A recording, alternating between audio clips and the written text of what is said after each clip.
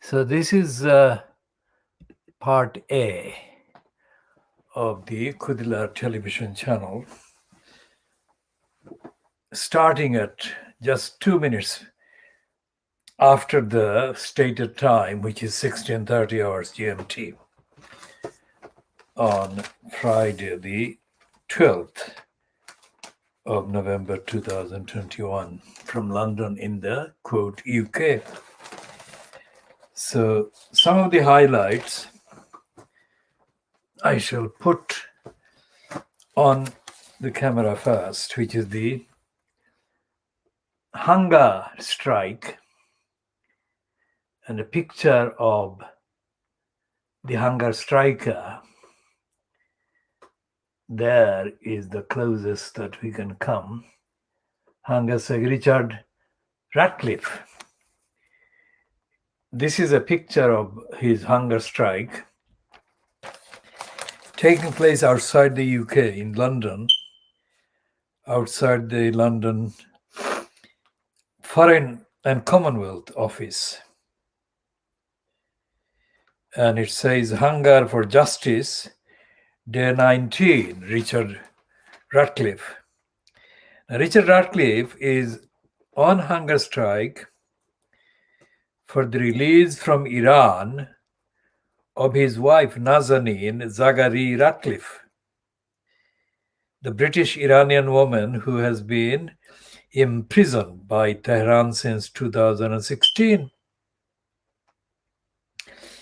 Ratcliffe has been on hunger strike outside the Foreign, Commonwealth and Development Office for 19 days, trying to put pressure on the government to do more to secure his wife's release. Now, the name of the ministry, Foreign, Commonwealth and Development, is a new name because it's the name given for the merged ministry after Johnson scrapped the International Development Department.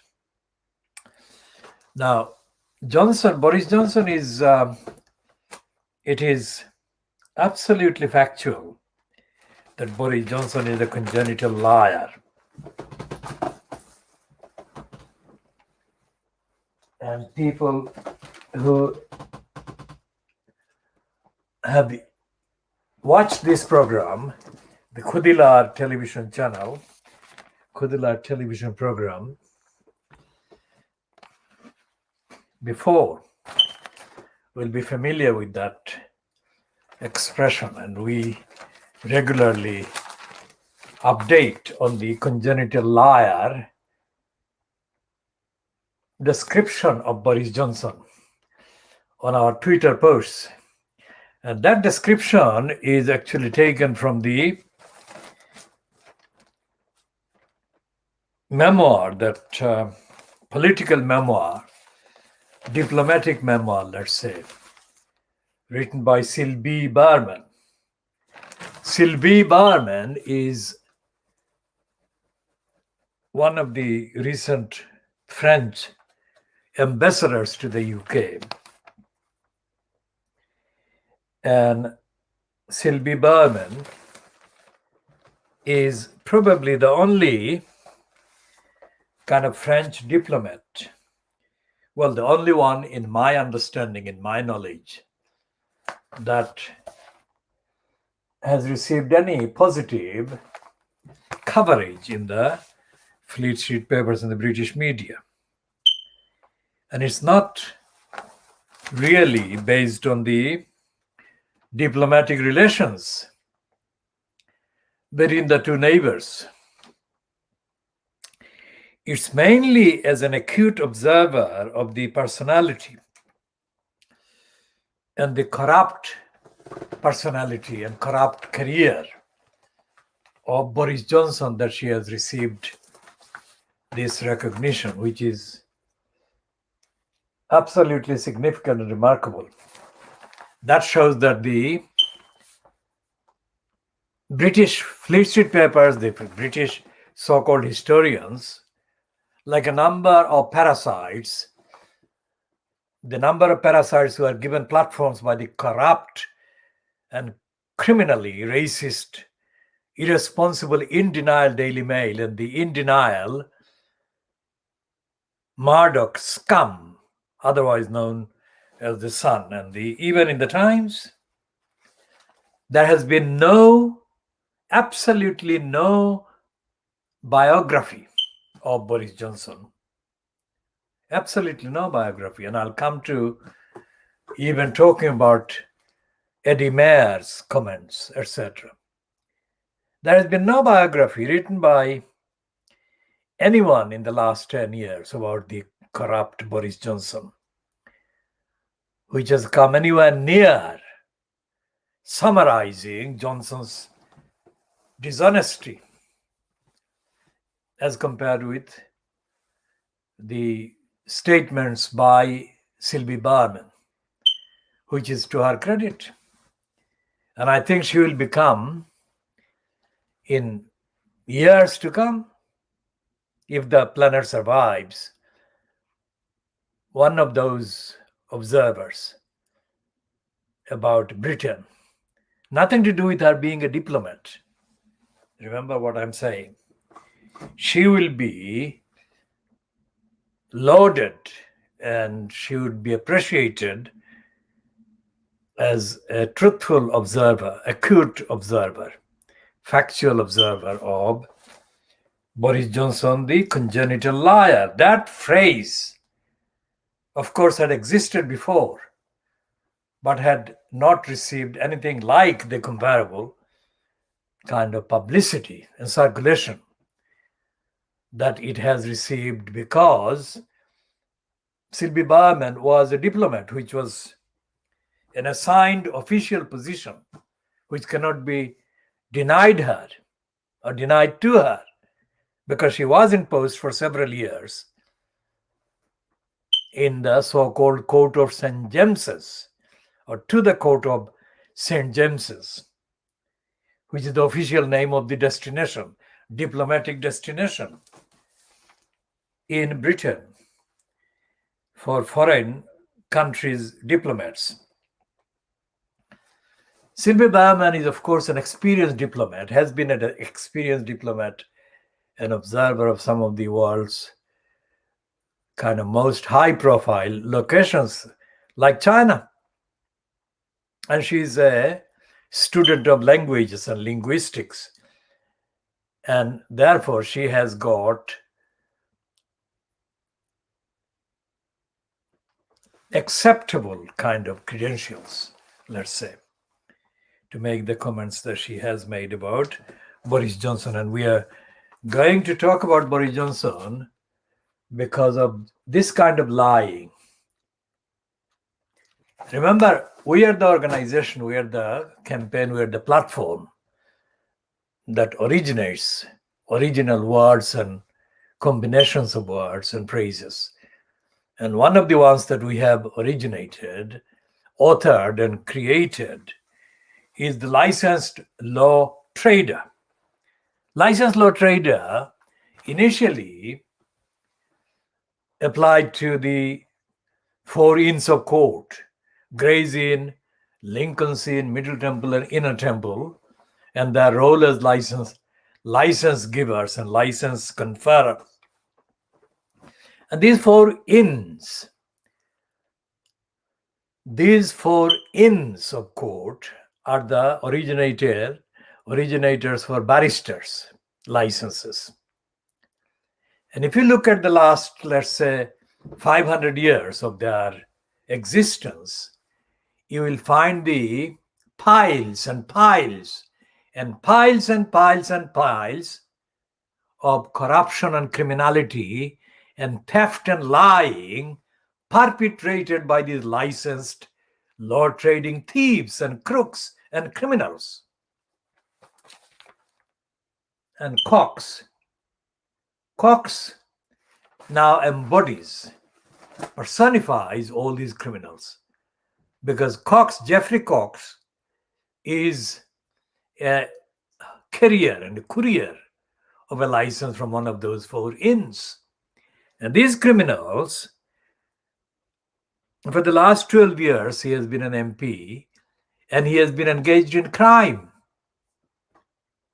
So this particular edition of the Khoodeelaar television channel will be devoted to a more detailed examination and update on the licensed law trading criminals. The licensed law trading criminals' criminality has been aggravated in the cases like that of Jeffrey Cox by those particular criminals who are carriers of the license, while at the same time being in posts as members of parliament in the Palace of Westminster. Anyone who, anywhere on the planet Earth, kind of tells any student of law, within quotation marks, about British law, British standards, British constitution, British parliament, and British legal system will be committing a crime, multiple crime, if they didn't tell the truth about the fact that there was never ever a pure, innocent legal system in the UK, legal education in the UK whatsoever. And these 4 Inns of Court have been associated not just in the UK, but in all the countries that has suffered British imperialism, where the imprint of these 4 Inns of Court are perpetrated and festering. Even now, as I speak today, 12th of November 2021, all the so-called law schools or law degree courses or professional legal courses, in one way or another, and it is rampant in Canada, for example, which remains a member of the Commonwealth. These 4 Inns of Court and the word barrister, these are festering, these are absolutely dominant, and they're being allowed to be treated as synonymous with competence, impartiality, depth of knowledge, high standards, morality, rule of law, due process, and all the other baggages that are actually carried with these promotion and promoted professional kind of imposition of barrister, and in the case of the Commonwealth member countries, so-called,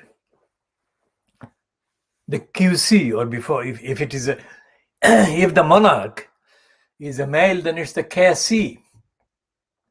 The QC has been the dominant one for the last whatever number of decades. That Brenda, also known as Queen Elizabeth II, has been in place. Now, as the role of Brenda, when she was in Scotland, when Jacob Rees-Mogg was used or abused by Johnson to mislead Brenda into signing the go-ahead for the dismantling of Parliament, suspending of Parliament. That was one recent, or that has been one most recent example of Brenda being used to distort and pervert the name and the use of the Constitution, let's say. And all of these abuses and lying are perpetrated with the collusion and complicity of any number of licensed law traders. Most of them, not all of them, but most of them inflicted, most of whose images are inflicted on the records by the inclusion of the thing called QC.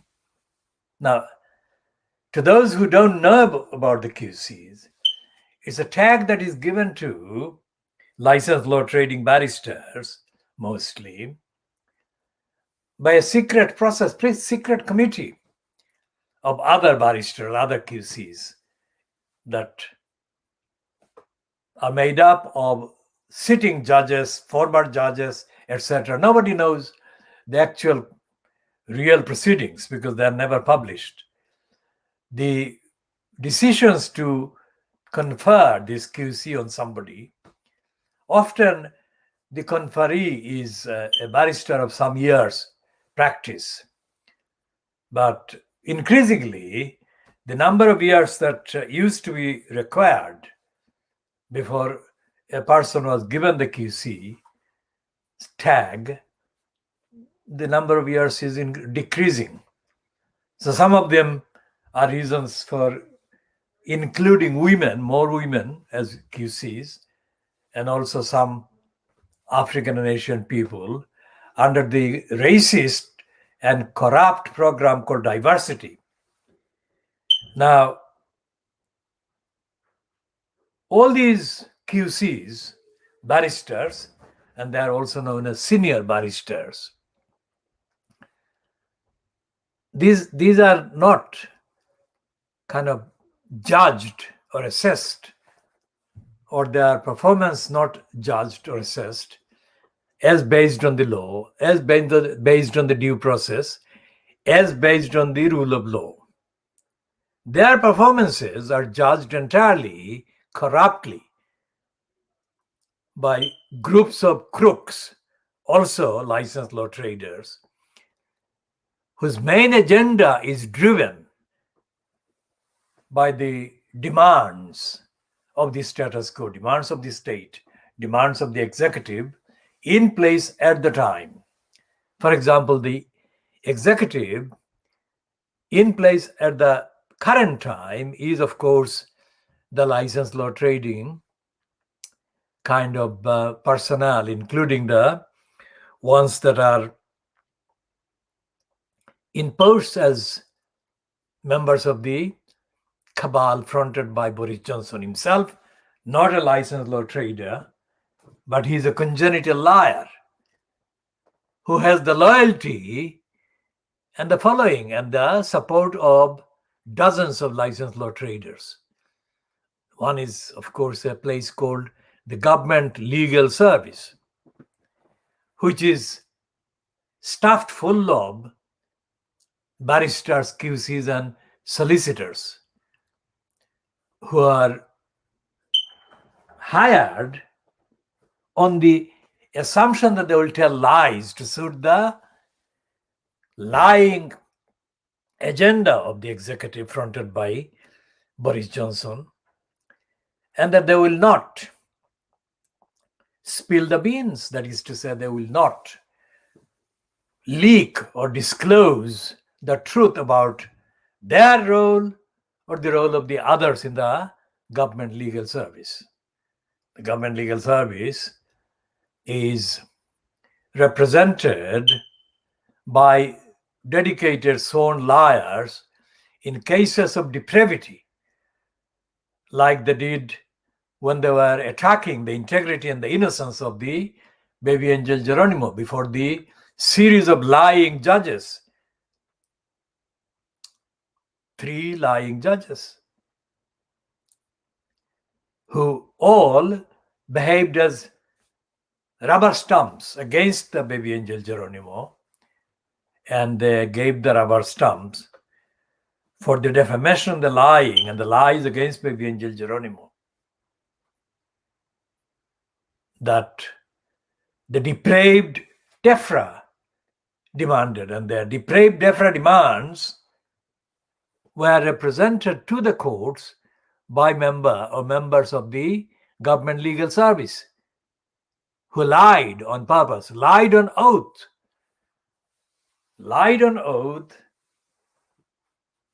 to suppress the truth.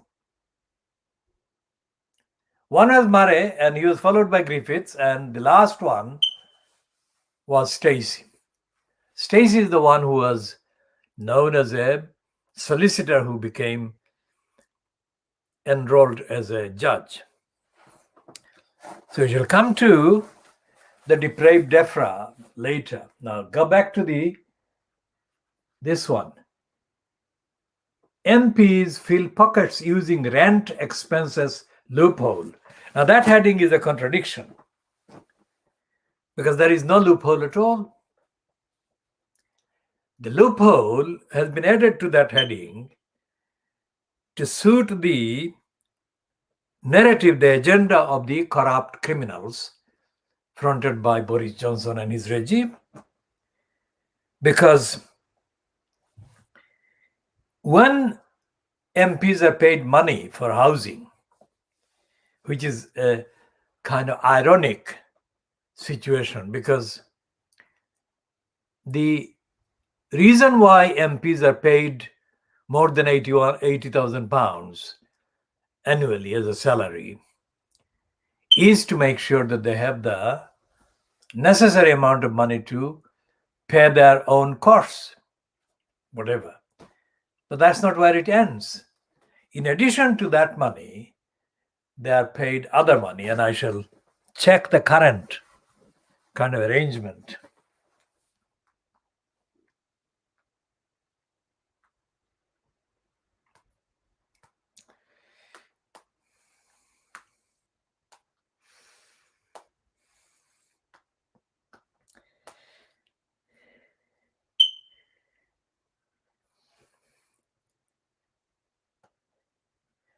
So this is the current UK Parliament, pay and expenses for MPs.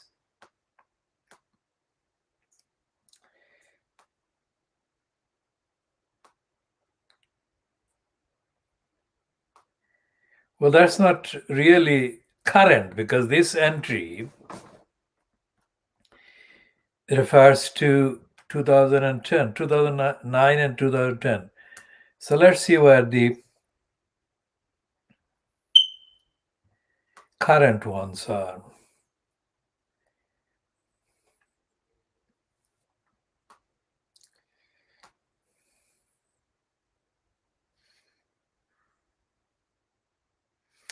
Okay, from 1 April, the 1st of April 2020, the annual salary of a member of parliament increased to £81,932.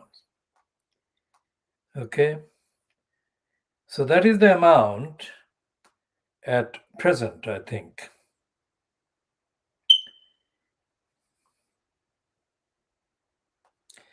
And the accommodation course, there is a whole table of the various course.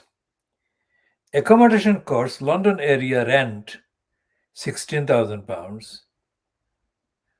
Outside of London, no, London area rent is £23,000. Outside of London, 16,000. And if it's their own home, it's 5,410 pence, £10. And the staffing course, London area MPs get £188,860 staffing course. And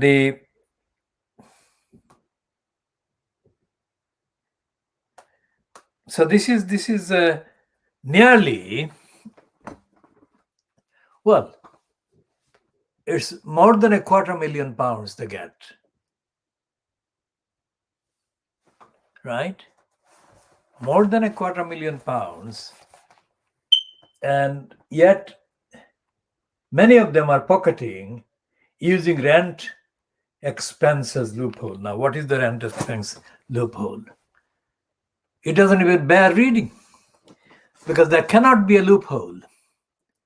The only loophole that can ever be found in the behavior of these crooks is if they lie about their expenses and the rents that they are kind of using or abusing or misusing.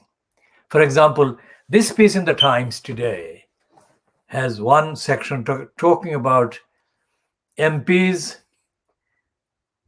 who are given money to rent other people's kind of properties for their own stay in London. All right, so they use that money. They use that money to rent from other people for their own use, and they rent their own properties in London, which is what this story is about. They have properties of their own to rent out to other people, third parties. And the difference, there must be an attractive amount of difference.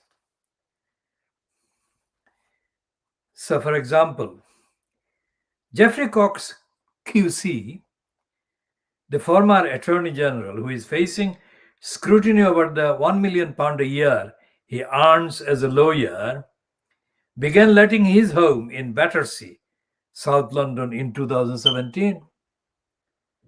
He subsequently rented another property for £1,900 a month.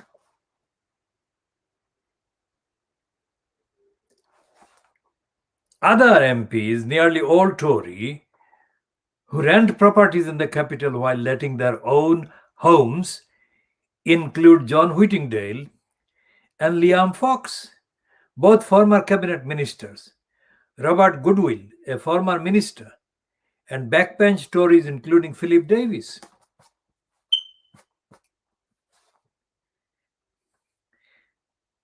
Now, according to Alistair Graham, former chairman of the Committee on Standards in Public Life, said, the loophole needs to be closed. Now, what is the loophole? The loophole was created in 2010 when the expenses watchdog banned MPs from claiming mortgages, interest payments. The move was intended to stop them from making capital gains on taxpayer-funded properties. To simplify the system,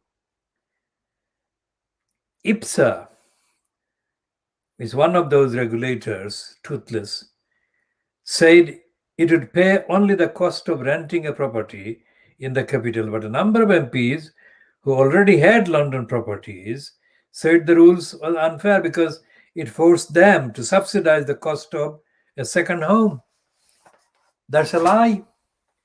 So what is happening with the regulation and what is happening with the reporting of the loophole and the lax regulation?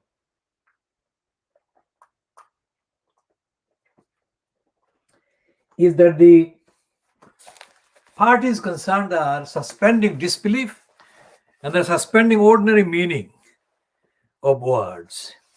And so if you look at the £1,900 per month that Geoffrey Cox was getting in rent from one property, you can see that that amount is many times the amount that ordinary people in the many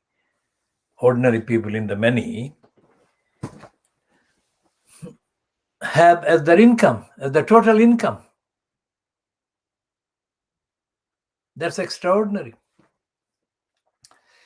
And this is tip of the iceberg. The fact that the MPs are doing this theft and they're kind of defrauding the public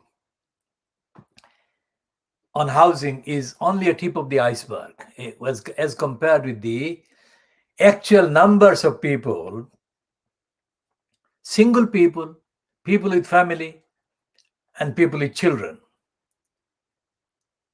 are kind of waiting for anything remotely decent home or any home at all. Thousands of people are on the streets, even now. And there is an atmosphere of denial by Fleet Street and the politicians. They're not accepting, they're not telling the truth about the reality, which is that there are thousands of people back on the streets. I mean, that was temporarily kind of reduced when the pandemic hit the country first. And so there are people, thousands of people on the streets, thousands and thousands and thousands of people across the country without decent homes, and millions of people without the necessary amount of income to afford to rent decent homes.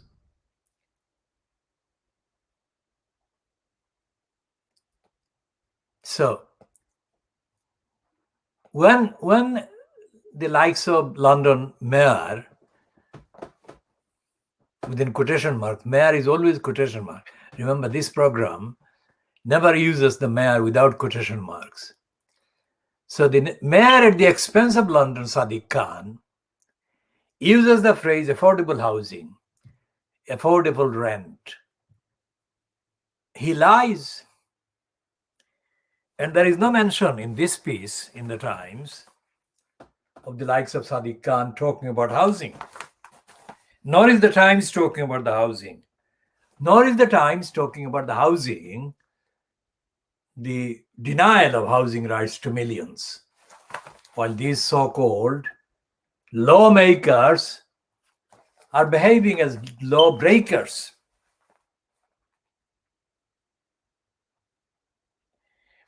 And it doesn't actually explain why MPs can have private properties.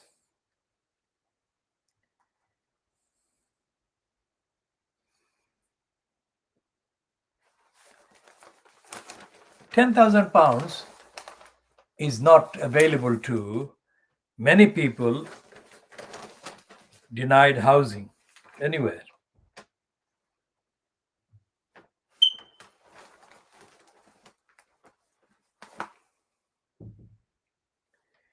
So there is this two-page spread on the Times on pages 6 and 7, which is under the one-line heading, "We must raise our game after Stendar's fiasco," warns Rishi Sunak. Now again, this piece, 2 pages, but it doesn't have any reference to the needs of people who are without any home. And it doesn't actually say anything about the role of the court system. The courts, like they played as the rubber stamp in the depraved DEFRA attacks on BabyAngelGeronimo, when it comes to the court's rule or role in issuing eviction notices or eviction orders against tenants, they act similarly corruptly as rubber stampers for the landlords. So housing is a bigger issue, far bigger issue than all the MPs put together recognize it to be, and all the Fleet Street media recognize it to be, all the other broadcasting media outlets recognize it to be, and most certainly it is not something about which the political murderer of the Labour Party, Keir Starmer, has made any stand whatsoever for the rights of people to have proper housing. And why would he? As we have been saying, not today, but we have said before, and the records show that Keir Starmer is a causer of additional poverty, aggravator of additional poverty. Because in his last kind of weeks, in post as the Director of Public Prosecutions in the Crown Prosecution Service, which is an executive agency of the Home Office, Keir Starmer added new obstacles against the poorest people from receiving benefits. So he criminalized those who were denied rights, human rights in the first place. That is Keir Starmer. That's not Boris Johnson. That's Keir Starmer, who is supposed to be the leader of the opposition in the UK Parliament. He's neither a leader nor is he opposing. He's part and parcel of the corruption gang and cabal and the agenda and the narrative that is fronted by the congenital liar Boris Johnson. So, when you take a look at the role of the housing kind of rubber stamper courts in adding to housing problems and housing denials to ordinary people, and if you look at the tiers, the stages, the tiers of the stages, tiers is spelled TIERS, tiers, that is stages of the court's bureaucracy. The lowest tier is, of course, the county court, and then you go to the High Court, you go to the Court of Appeal, and finally you go to the Supreme Court. There is no evidence on the records anywhere of any proceedings by any of the tiers of any of the courts recognizing the obligations owed to the people without homes and owed to the people being attacked and violated by landlords. There is no recognition in any of the court's proceedings by any of the court judges of the UK's obligations under the various treaties, various conventions, various declarations.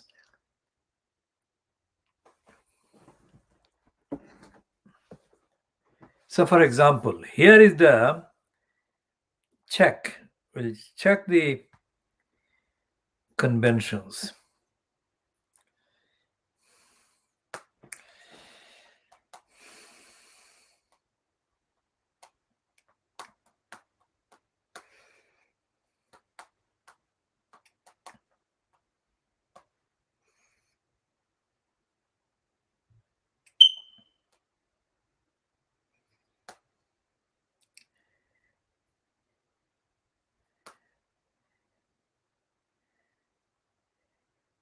Okay, so this is the thing called Office of the United Nations High Commissioner for Human Rights. And there is a thing called the right to adequate housing. There is fact sheet number 21.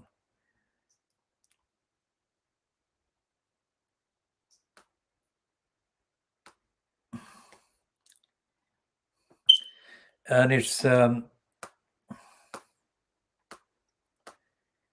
says, international human rights law recognizes everyone's right to an adequate standard of living, including adequate housing. Despite the central place of this right within the global legal system, well over 1 billion people are not adequately housed. Millions around the world live in life or health threatening conditions, in overcrowded slums and formal settlements, or in other conditions which do not uphold their human rights and their dignity. Further, millions are forcibly evicted or threatened with forced eviction from their homes every year.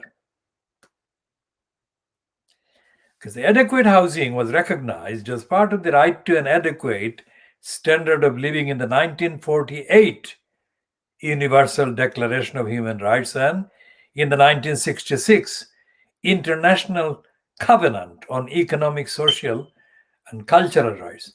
Other international human rights treaties have since recognized or referred to the right to adequate housing or some elements of it, such as the protection of one's home and privacy.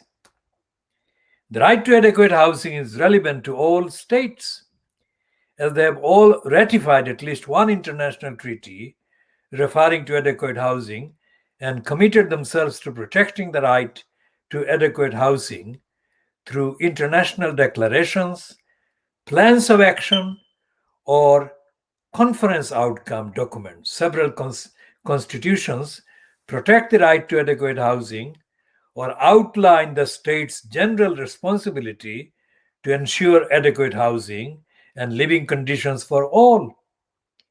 Courts from various legal systems have also adjudicated cases related to its enjoyment, covering, for instance, forced evictions, tenant protection, discrimination in housing sphere, or access to basic housing related services.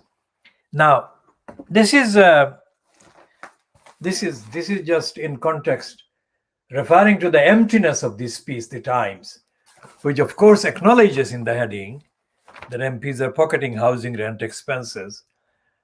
They're pocketing, that is, they're stealing.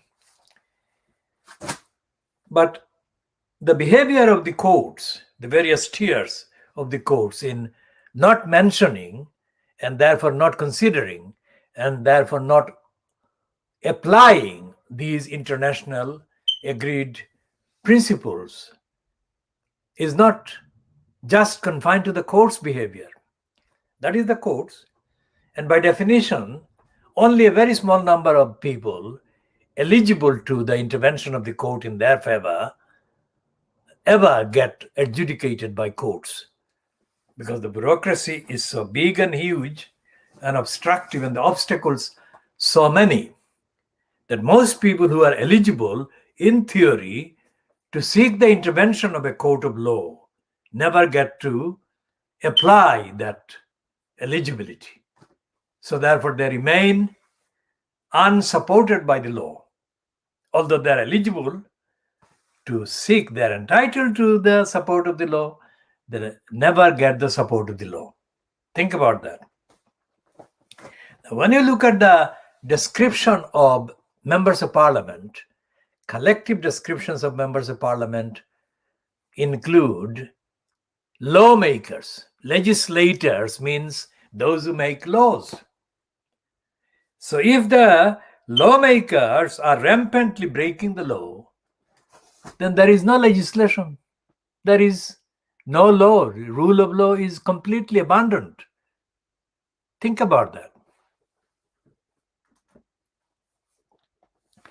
So when Boris Johnson says, which he has done during this week,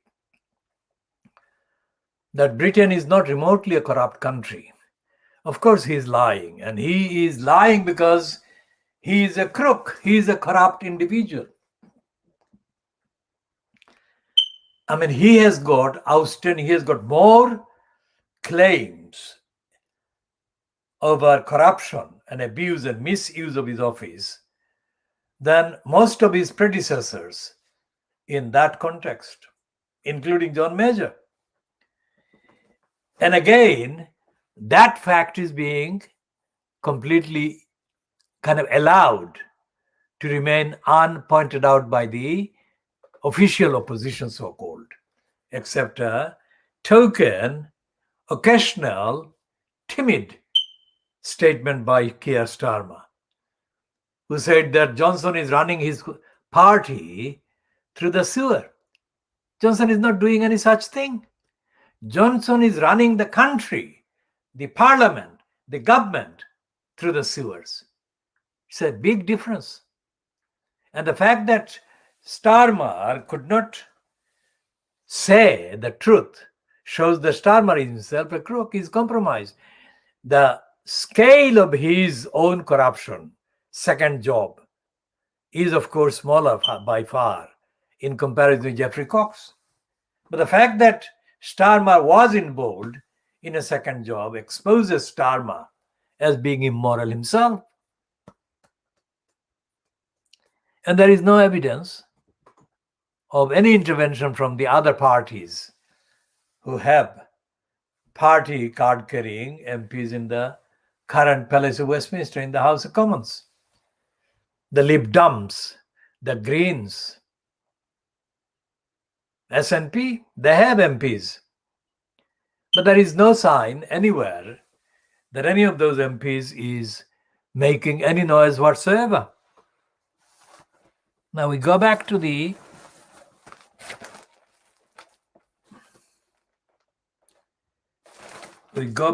Financial Times. Let's see the Financial Times today, because It's about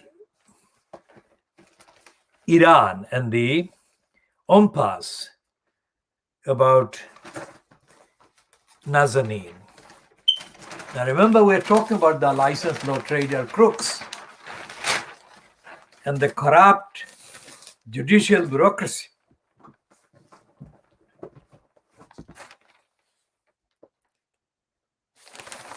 And we shall talk also about the number of homes owned by foreigners, nearly triple in the last decade. Okay, so we go into the details, the piece in details about Zaghari Ratcliffe.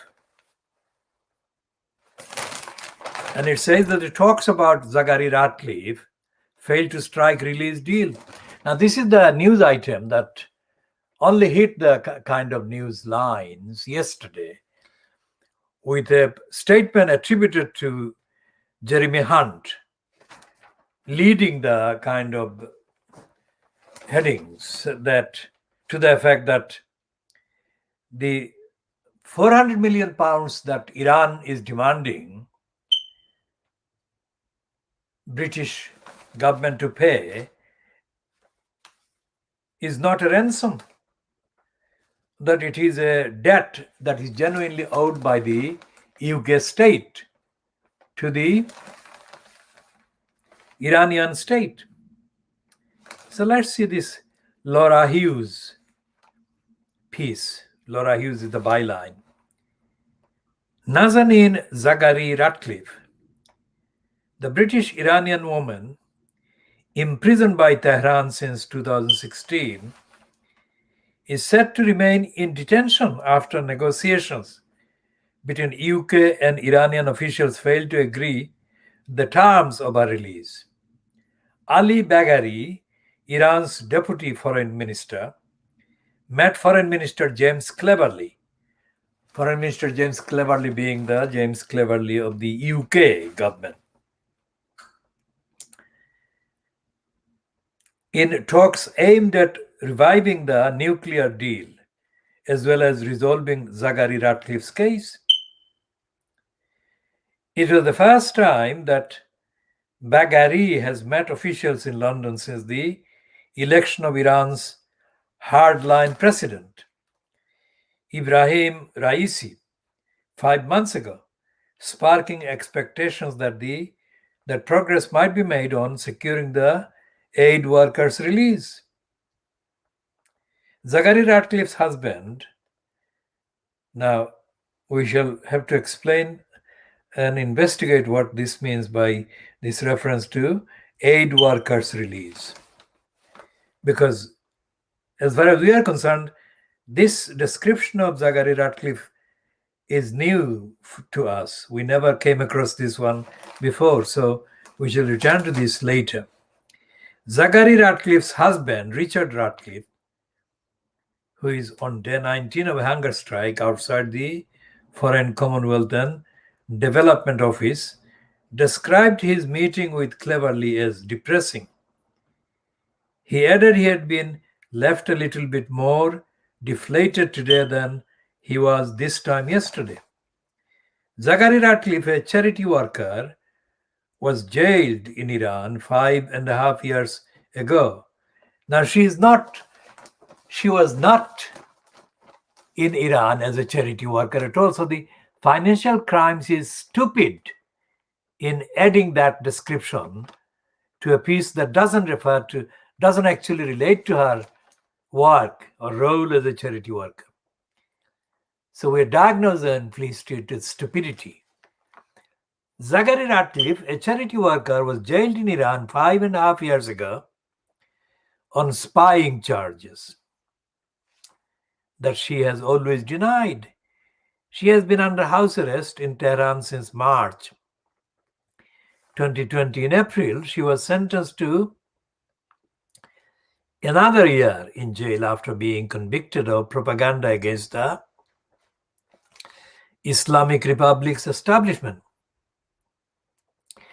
She has also been banned from leaving the country until 2023. Ratcliffe believes his wife's continued detention is linked to a 400 million debt for the purchase of chieftain tanks ordered by Iran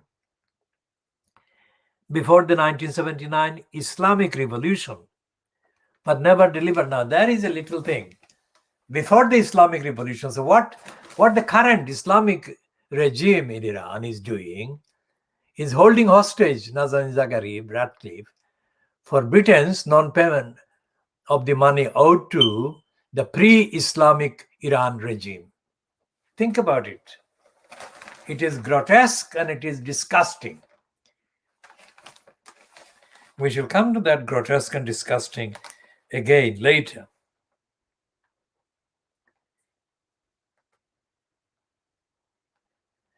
And this sentence is in conflict because the financial crime says the UK government refuses to say why the debt to Iran has not yet been paid. Now, that's not true. Other outlets have said that the UK has told Iran that the reason why it is not paying the debt is to do with the operation of the sanction against Iran. Now, that's not true either, but that has been in the public domain in the last 24 hours. Now, Jeremy Hunt, former UK Foreign Secretary, called yesterday, that is Thursday, the 11th of November, for the debt to be settled. We should pay it because it is an irritant to relation, and whether or not it should be linked to Nazanin's case, the Iranians certainly do make that linkage, he told BBC Radio 4. The couple's local MP, Tulip Siddiqui, said she had been left exasperated after the meeting with Cleverly.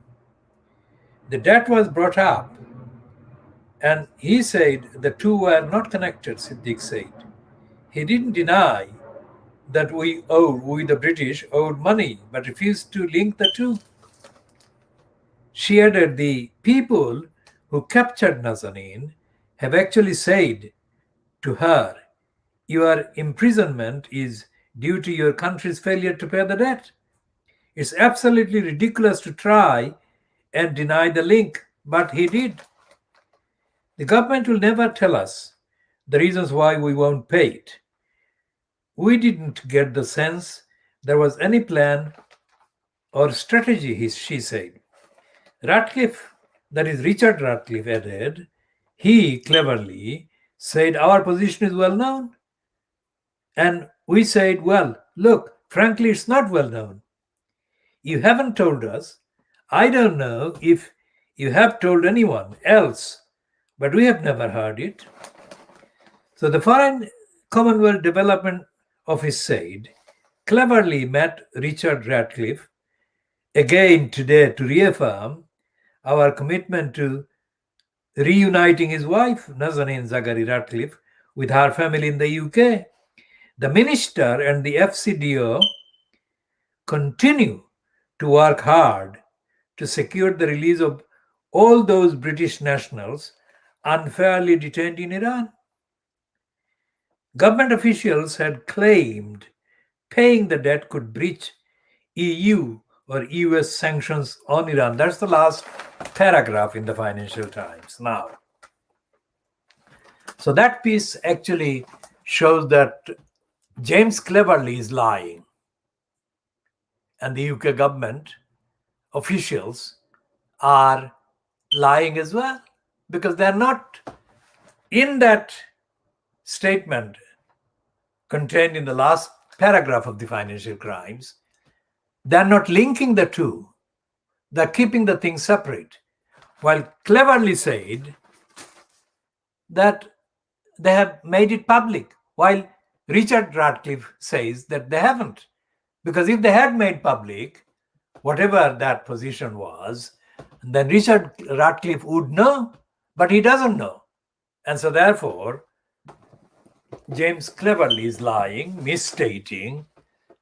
And another news source from the USA has published a statement to the effect that the US President, Joe Biden, would not interfere with the UK government paying the money to the Iranian state.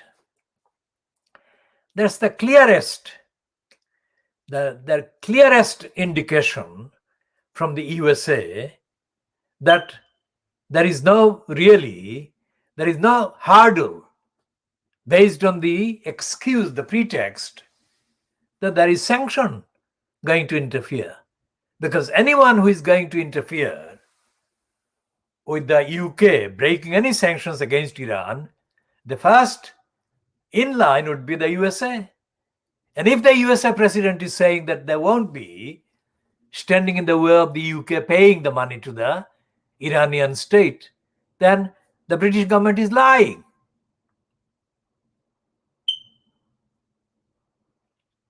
So what needs to be said? We said enough yesterday about the Iranian state taking the initiative and doing the right thing and releasing Nazanin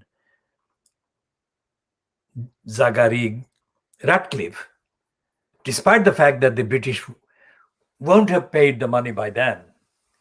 And our rationale, our logic and our morality and our ethics behind calling on the Iranian state to release Nazanin is humanitarian, is international. And we believe diplomatically, absolutely, a stunning rebuke to the immoral British state government. It would enhance the state. It would enhance the status of the Iranian state if they release Nazanin. And it would earn them internationally the equivalent of billions of pounds worth of debt, of benefit. And we say that in the wider context of the corruption and the illegality and the inhumanity perpetrated by people in positions in the name of Islam, locally, internationally, regionally. And we say that Nazanin should be made the best example of by the Iranian state. They cannot find an equivalent opportunity to really gain the attention of international community and public opinion by arguing that they are the ones who are being humanitarian. They are the ones who are going to be behaving with sensitivity and respect, and that they know that Nazanin is not a spy. Despite the fact that they've said that she is a spy, she is not a spy. They know it, and the British government knows it, and everyone else knows it. So the Iranian regime at the present time should do the best thing that they can do internationally by international humanitarian standards and release Nazanin. That's what we say. And we call on Fleet Street, if there is anyone in Fleet Street in the financial crimes, in the Times, at the Times or at the Guardian, with any sense, to give correct ethical points in favor of the Iranian state at this stage, saying that they are owed the money on that basis. And they should pursue that. And they should show that not only is Johnson festering in domestic corruption, but Johnson is festering in international corruption and criminality and denying. That is what they should be doing. Now, in terms of the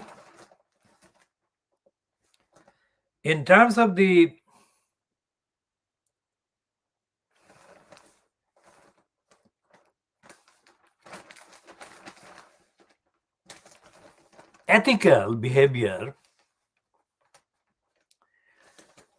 by the big polluters, and ethical and democratic behavior, accountable behavior by the big polluters. There is a piece about India and its Aadhaar system. The Aadhaar ID system, digital ID system, which was introduced inefficiently and without due thought by the Congress, Indian National Congress regime in 2009, and it has gone out of control of all proportions. The Aadhaar system is so pervasive that any comparison with the Pegasus spying will disappear in comparison. The Aadhaar system affects all the Indians, and it spies into everything they do, and it can control and interfere with the rights of the people. So this piece is headed India's pervasive ID system holds warnings for the rest of the world. This is too general, and the actual details of how Aadhaar is interfering in suppressing people is inadequately contained in this piece by John Thornhill, who appears to be a Financial Times writer. So this is the paragraph where it mentions some of the poorest parts of India. A system that may work for majority of Indians has singularly failed to work adequately for all. The State of Aadhaar report estimate that 8% of Indians, about 102 million people, did not have cards, 75 million of them children, and the enrollment rates were low in two northeastern states, Assam 10% and Meghalaya 39%. And among the rural poor, the homeless and third gender communities. Some 4% of respondents also mentioned errors on their Aadhaar cards that were hard to correct. The Indian media has reported several cases of cardless individuals starving to death because they could not access benefits to which they were entitled. Aadhaar is deeply embedded in Indian life and works for most people most of the time. However, when it does not work, it most affects those who are already vulnerable, the report concluded. Some critics of Aadhaar go further, arguing Aadhaar has largely failed to fulfill its original promise of improving welfare and now acts as a tool for social exclusion, doing the opposite of what it promises. Now, we shall come back to the other later. Now, in the UK, during the first few years of barbaric fascistic operation of mass murder induced by the DWP, deprivation, want and poverty creation in the UK, when George Osborne, the criminal, was the finance minister, and dodgy Dave Cameron was the prime minister, and Ian Dracula Duncan Smith was the enforcer of mass murders via the DWP.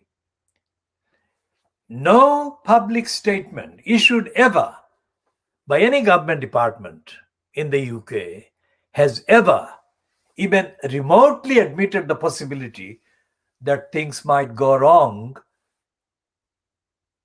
in a mechanically operated system. about people's rights.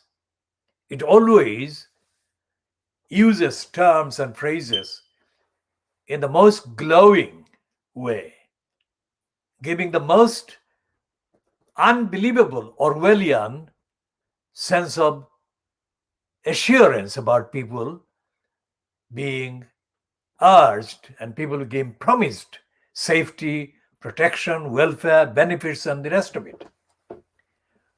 In which connection we talk about the role played by the London Borough of Tower Hamlets Council crooks. These crooks repeatedly said that the Crossrail hole in Brick Lane being plotted against Brick Lane, which we opposed for 7 years and stopped. We defeated the government in doing that. We shall come to that later in this edition. So when the Tower Hamlets Council crooks, like councillors, elected councillors, said words, phrases to the effect that Crossrail line would bring benefits to Tower Hamlets, to the east end of London. What did they mean by benefits? Because Crossrail line is not a new invention. It's a railway line going through the tunnel underground, but it's a railway line, underground railway line. It's not a new innovation, new invention whatsoever. And we, the KhoodeelaarTV campaign, we investigated the engineering, we investigated the science, we investigated the stability of the land and all the rest of it. And we found that the damage that the Crossrail plot to dig a hole in Brick Lane affecting the entire community was not necessary. And secondly, the line itself, the Crossrail line itself, being promoted as unprecedented benefit bringer to the whole area affected by its route, the alignment, the line that goes from central London to all the way to Essex. We said that these are overhyped, intentionally overhyped promises and statements and claims, and that the existing underground railway network or existing network of trains covering London, because London has overground railways, underground railways, as well as a part which is tram, that the existing networks needed thorough and overdue repair and maintenance. And we said that if those repairs and maintenance work were done, then the actual transport benefit or the benefit to the passengers and the communities would far outweigh, far exceed any benefit that the Crossrail line would ever bring. That's what we said. And that's what we stand by, which is now 18 years since we started. We started campaigning against Crossrail and the peddlers of the lying lines for Crossrail. We started the campaign in December 2003. And everything we have said in the last 18 years has been vindicated. Think about that. Our campaign is not organized, has never been organized in a way that a faculty of a university has been operated in. And we haven't had anything like the resources, the material resources, the physical resources that has been available to any university department or a college department or any institution. It has been very much based on me and a few very close associates involved at the relevant points. But I have been the one who has been coordinating every aspect of it. The KhoodeelaarTV campaign against the lies of Crossrail, lies via Crossrail, lies through Crossrail, and the agenda operated via Crossrail and the lies. And there has been no amount of resources available to our campaign that has been abused and used and misused by the crooks in the local Tower Hamlets, the corrupt council in the relevant time. They've had hundreds of thousands of pounds at their disposal, which they've abused to bribe people, bribe some of the councillors. The Crossrail agenda, the whole agenda, the Crossrail whole HOLE agenda has been kind of operated by bribing at least one member of the Tower Hamlets Council who has benefited eventually to the tune of millions, and other criminals who have been bribed. It's like the bribing done by the local education authority at the time was Inner London Education Authority, which paid just under £100,000 bribes to two crooks who became councillors later.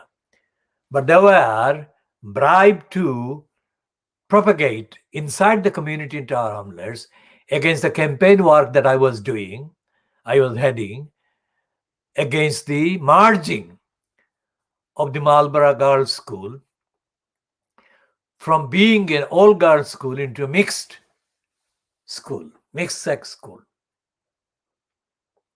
They failed because my campaign actually led to the then Secretary of State in 1987 rejecting the Inner London Education Authority's then plan to merge the Marlborough School into a mixed-sex school.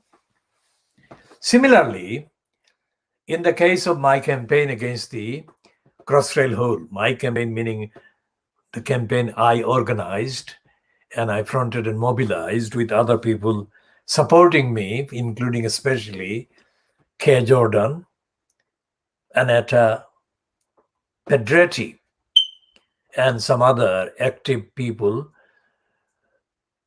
The campaign was being opposed, not on the evidence that I and we were presenting, opposed by sabotaging our kind of image by some criminals being paid bribes, criminals including member of the council, Tower Hamlets Council. Indirectly, the Crossrail promoters paid them bribes in order to kind of enable them, entice them to tell lies about the campaign, KhoodeelaarTV campaign, which they failed to kind of stick. So what is happening with the Zaghari-Ratcliffe campaign is that the government department, the government minister, and members of parliament are aware of the fact that Zaghari-Ratcliffe, Nazanin, is being held completely, being innocent, but she is being held as a kind of bargaining symbol by the Iranian regime. And the members of parliament, the ministers, and Boris Johnson himself know that the Iranians' claim of £400 million plus against the UK government or UK state is acknowledged. That is the kind of description, the word acknowledged has been used today about the fact that the money is actually owed as a debt, not as a ransom. And that is very significantly connected with the statement that Jeremy Hunt yesterday eventually issued. He should have issued the statement while he was in office as the foreign minister, UK's foreign minister, but he didn't. Thus, he prolonged the suffering of this woman, Nazanin, and her family.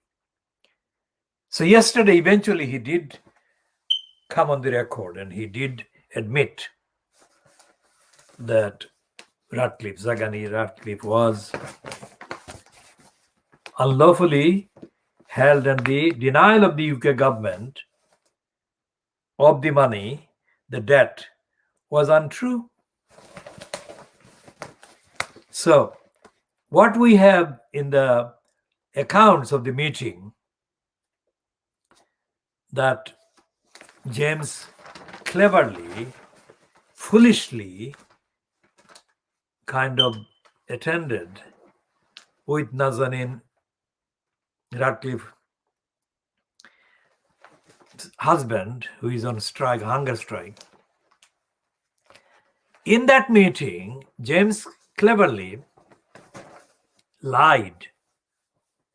Now we talk about James cleverly again in detail here at this stage, because Cleverly was one of the Conservative MPs who was caught lying during the period that Theresa May was Prime Minister, and Theresa May was kind of trying to negotiate Brexit with the European Union. Various people made statements warning of the negative impact of Brexit on the UK economy, UK society, etc., etc. And James cleverly appeared many times in relation to those statements, and he was disguised as the conveyor, the communicator of rational, sane kind of response and statements by the government. And most of the times he came unstuck. James cleverly was laughed at by many people in the social kind of media and elsewhere. So cleverly yesterday, foolishly asserted that the British government was in contact with the Iranian government in a way that actually related to the plight of Nazanin Jaffrey. Ratcliffe. Yeah. So here is the bit that I have read earlier about the exchanges that are reported in this piece by the Financial Crimes. Yes. Ratcliffe added, he cleverly said, our position is well known. And Ratcliffe said, we said, well, look, frankly, it's not well known. You haven't told us. I don't know if you have told anyone else, but we have never heard of it. So, what is the position? The position that James cleverly claimed was well known. What is the position then? What has the UK government, fronted by Boris Johnson, of which cleverly is a minister, what is the position? And I think that the financial crime should be demanding, not leaving there, but that should be demanding full statement from cleverly, and they should be asking Johnson, if cleverly fails, refuses to say it, or is unable to say it for any reason, then Financial Times has got the duty to follow up by saying that we put it to Johnson and Johnson didn't answer. Then that shows that Johnson is lying, as is James cleverly. And again, we say to the Iranian regime that they should point to all these lying by the Johnson-fronted cabal, and they should release Nazanin and focus on Johnson's lying and focus on the debt. We shall, of course, return to that later, not necessarily in this particular edition, but we shall be doing that later. Now, about the racist agenda in Fleet Street against Meghan Markle, there is this astonishing ability on the part of the dirty digger Murdoch scum to find any pretext to have a go at Meghan Markle. And they conflate these two things. They're saying that Brenda, that is the queen, will remember them, the soldiers. And they're saying that That is in contrast to Meghan Markle, who will not. But Meghan Markle wasn't even born, and she doesn't have any real obligation to make a statement about anything. But what they're doing now, they're putting the picture of Meghan Markle with her split dress, and they're putting Brenda's picture next to her on the front page, saying that she, Brenda, will remember them. Now, read the thing their royal correspondent has written. The Queen will bravely return to front line duties to attend Sunday's Remembrance Day service. And then they go to decry Meghan and Harry. I mean, they don't have to, but they do. Now, this is not the new news item. The new news item should be on the front page. That should be on the front page of the Times and the Sun. The Times has it partly. The other one is that the climate. This is the day, the last day of the COVID-26 rally or assembly or gathering in Glasgow. That should be the kind of topic that should be running, because the remembrance has been taking place every year. And although it is important,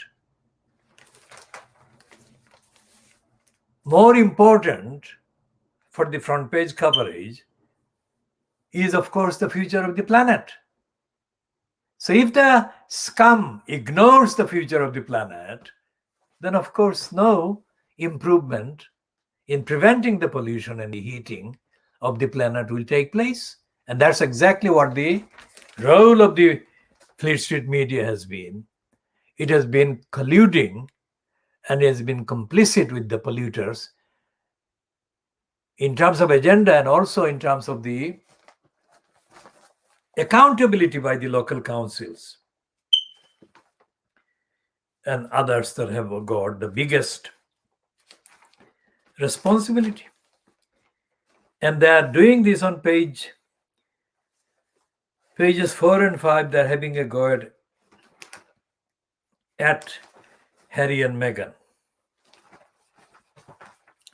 They're overhyping Brenda, and they're comparing Harry and Meghan as the baddies against Brenda.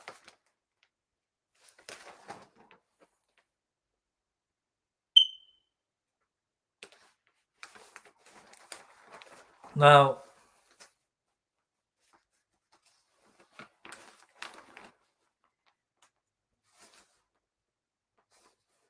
and they've got only a very small item on page 8 about Nazanin Ghaffari's husband meeting James Cleverly yesterday.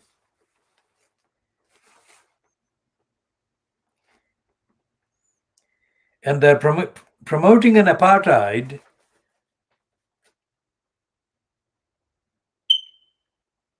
de Klerk.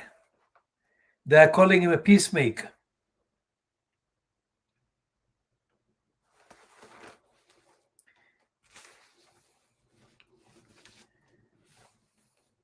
The only piece that is there in the scum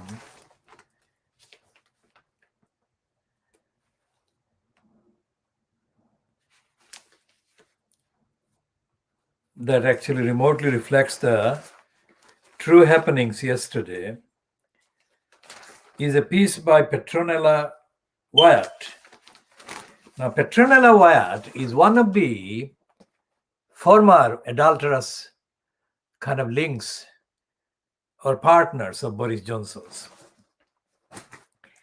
And she is saying, in the online version of this piece that is in the printed version of the scum, she's saying that she always thought that Johnson would collapse, Johnson's career would end with corruption, sleaze, rather than sex. Now, that's her opinion. We don't share it because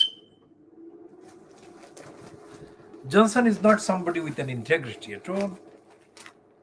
And she's saying,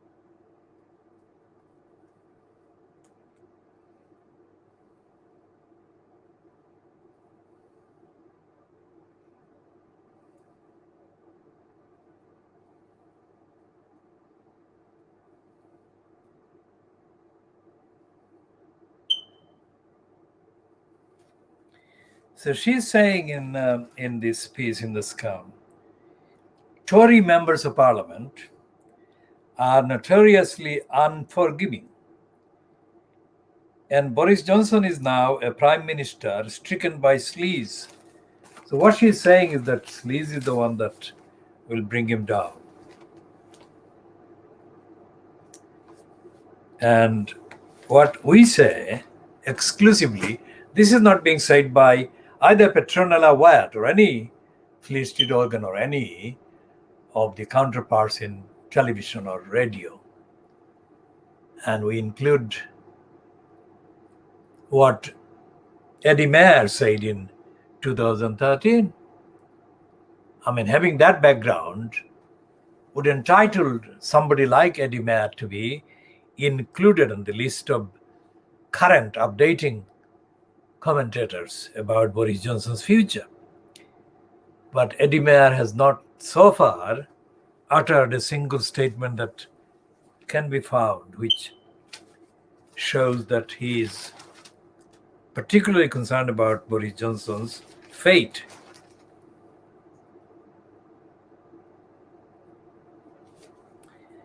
And going back to the Nazanin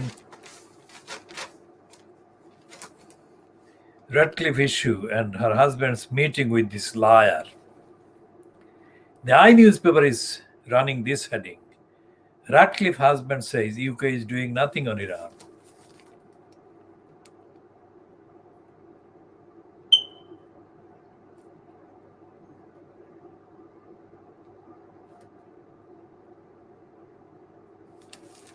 And there's the quote that finished this item with a quote from a spokesman for the Foreign, Commonwealth and Development Office saying the Foreign Secretary Minister cleverly and the FCDO continue to work hard to secure the release of all those British nationals unfairly detained in Iran. Now, that's a lie, because the issue of Nazanin Ratcliffe is not the same as the others who are not named. The issue of Nazanin Ratcliffe is most expressly, explicitly linked with the debt that the UK is refusing to pay. And as I said, the statement not to be found in the I newspaper item, but in other online publications, including The Guardian's, that there is no barrier for any sanctions. There is no barrier because of sanctions to the UK paying the debt that it owes to the Iranian state. And the American president has reportedly said that he will not oppose the UK paying the money to the Iranians. And Joe Biden was, of course, reportedly issuing the statement in the context of the alleged sanction that prevails against Iran at the time.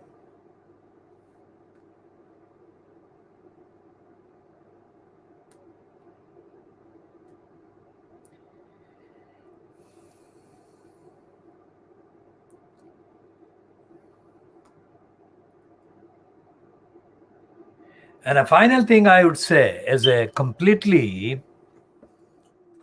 experimental constitutional law device, the campaigning device, to Richard Ratcliffe and his supporters is this.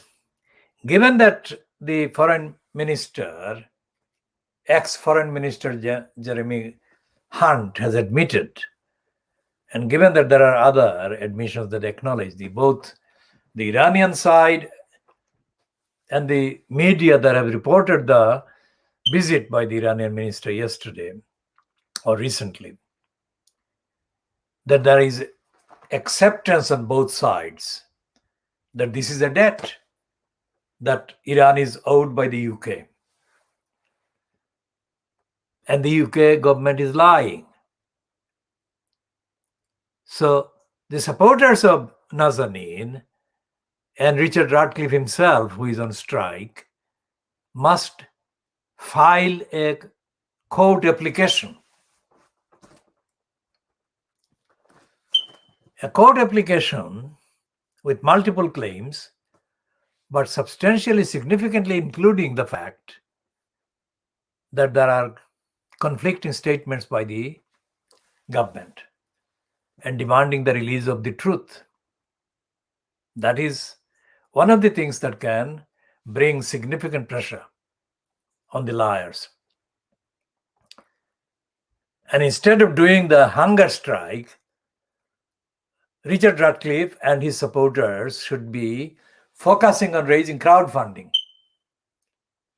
And the crowdfunding should be added or headed by the claim that they're raising funds to sue the government. So we shall be putting all of these updates in due course later. At this stage,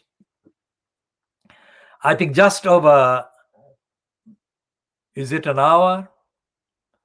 Is it an hour and a half? I don't know. It's when did we start?